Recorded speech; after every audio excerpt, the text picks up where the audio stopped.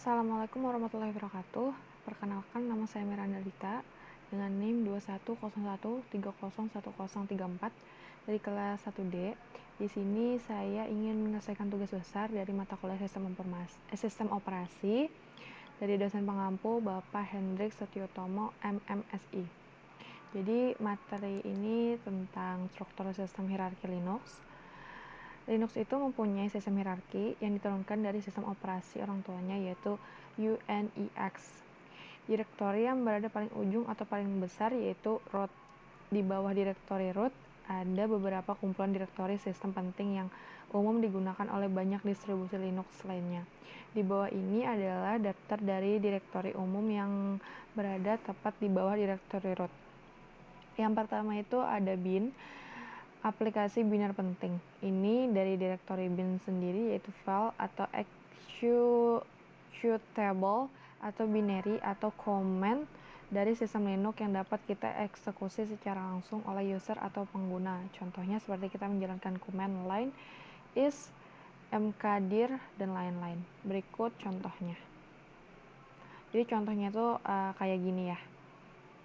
Contoh dari bin.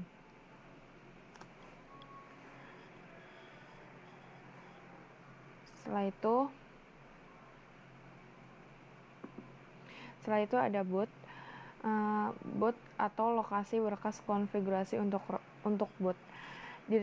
Direktori ini berisi file boot loader, termasuk bootloader, kernel, intir, memtest, config, device, dan sistem mapping yang dibutuhkan dan digunakan pada saat sistem melakukan booting atau reboot.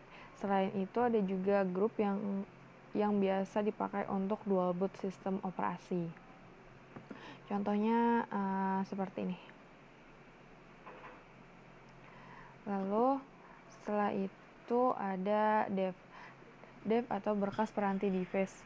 Direktori ini berisi sebuah file konfigurasi dari hardware laptop atau komputer yang kita gunakan beserta modul-modul driver yang ada. Contohnya DVD, CD-ROM, div, SDA, SDA1, SDA2, dan lain-lain. Jadi contohnya ini begini ya. Setelah itu ada ETC atau ETC, berkas konfigurasi, script startup, dan lain-lain.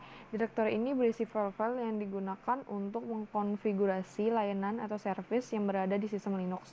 Filenya biasanya berbentuk script atau file dengan tipe teks, contohnya DNDS, web server, network, dan lain-lain. Contohnya begini.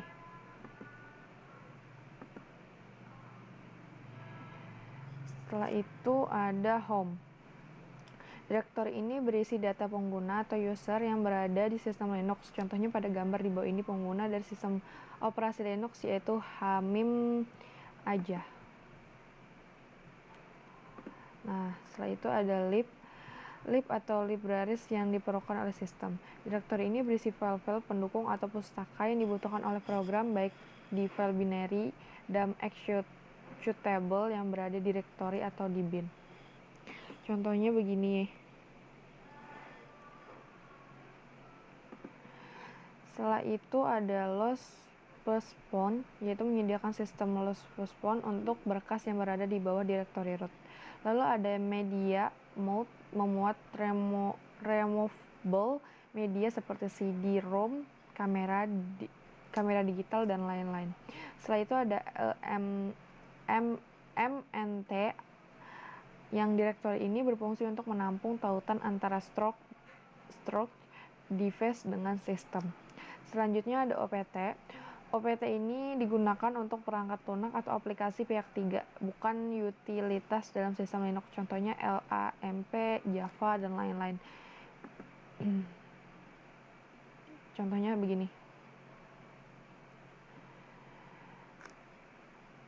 Setelah itu ada fork, direktori dinamis yang khusus yang menangani informasi mengenai kondisi sistem, termasuk proses-proses yang sedang berjalan. Direktori ini berisi file dari hasil pemrosesan buffer yang digunakan untuk menginformasikan proses yang sedang berjalan di Linux. Contohnya hasil buffer dari info, CPU info, persen, uptime, dan lain-lain. Contohnya begini.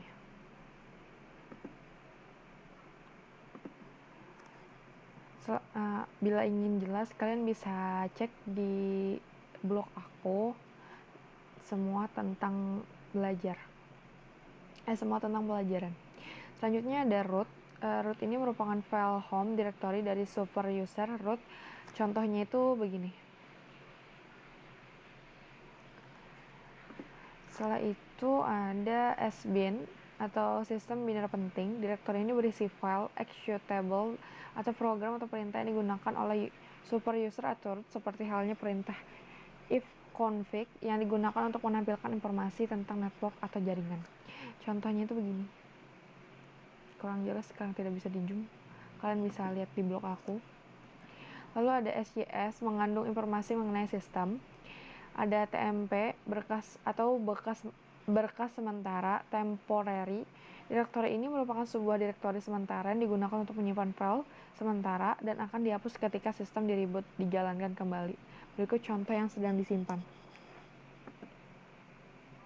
Ini file yang disimpannya. Lalu apabila di reboot akan hilang.